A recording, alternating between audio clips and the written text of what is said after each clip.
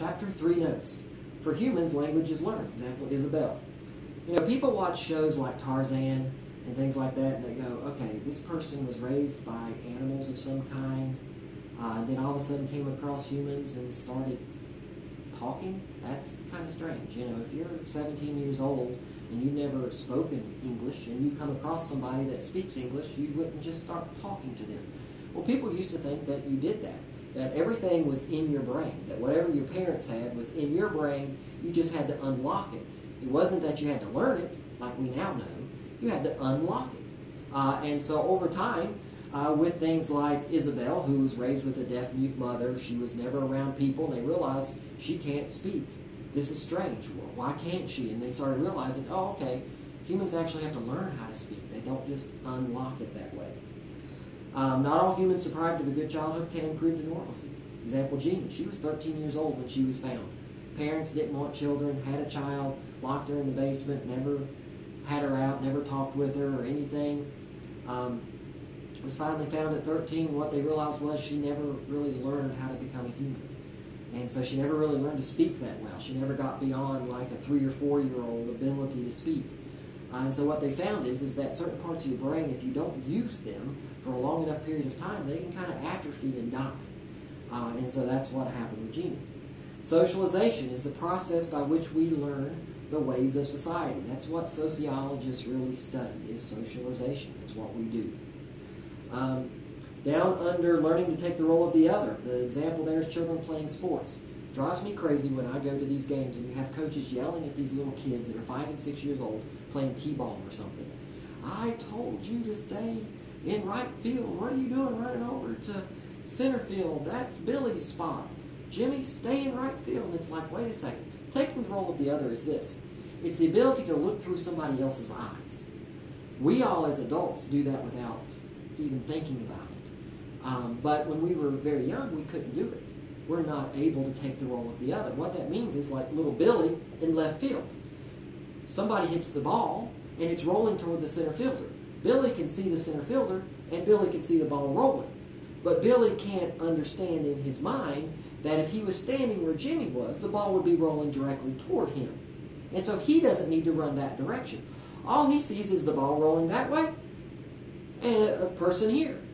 He can't see through the eyes of the center fielder to understand it's going to come right at him. That's called taking the role of the other. Kids can't do that. Girls normally develop at around 5 or 6, boys 6 to 8. And so when you see these coaches, and if you ever coach soccer or something, and the kid doesn't play the area that they're supposed to play, and they get out of position or whatever, and they seem to run to an area they're not supposed to, understand that kid probably has not developed taking the role of the other yet. They're not doing it because they didn't listen to you. They're not doing it because they're a mean kid. They're doing it because they don't understand and they can't see through someone else's eyes. They just see the soccer ball. And they're going to go after it, not realizing it's rolling right toward their teammate. They can't see through their teammate's eyes yet, like we can. We look and go, okay, if I was standing there, the ball would be rolling right at me. They can't do it yet. That's called taking the role of the other. And then, id, ego, and superego. Id, inborn drives. Cartoons used to show this quite often. The id is your devil. Pops up on your shoulder. Go ahead and do it. It's going to feel good. Nobody will know. That's your id. That's that. It's that part of you that says, have fun.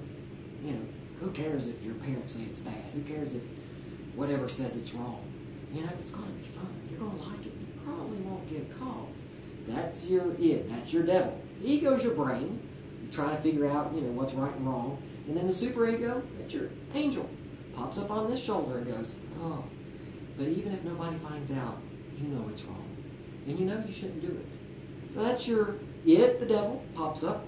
Superego, the angel pops up. Then your ego is your brain that goes, okay, which one do I want to listen to? That's how that works. Working class parents teach children obedience, following rules, and often use physical punishment. Middle class parents teach children to be curious, self-expressive, and usually reason with their children rather than punish. Why the difference? What a lot of people argue, it's the way you're treated at work.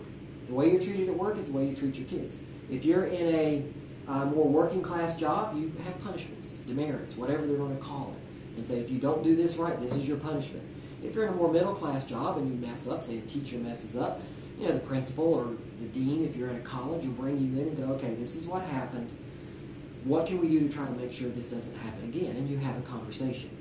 Well, me as a professor, that's what I'm used to. And so if my child messes up, I tend to just go, okay, Benjamin, this is what I said. This is what you did. Why did you do it? Let's try to figure out why you did it and try to make sure it doesn't happen again. If I was a working class type person, I'd probably be more likely to just go, okay, I told you not to do it. You did it anyway. Go to your room, or whatever. And so a lot of it has to do with the way you're treated at work. You tend to treat your children that way. And then resocialization, people learning new norms, values, attitudes, and behaviors. Example, I like movies. I'm big into film, and so Sleepless in Seattle, if you ever watched it, guy, his wife dies, and he has to relearn how to date. And he sits down with this friend who sits there and says, okay, women today don't want you to open their car doors for them. They don't want you to automatically assume that you're going to pay for them. It's this type of thing. And the guy's like, oh, okay, so I don't do this anymore because when I got married, 18, 20 years ago, I opened car doors. I opened all doors. I paid for everything. And his friend's like, oh, no. If you do that, they're going to think you're some sort of male chauvinist jerk. Don't do that. So he was having to re-socialize himself into what it would be like to be single and starting to date again.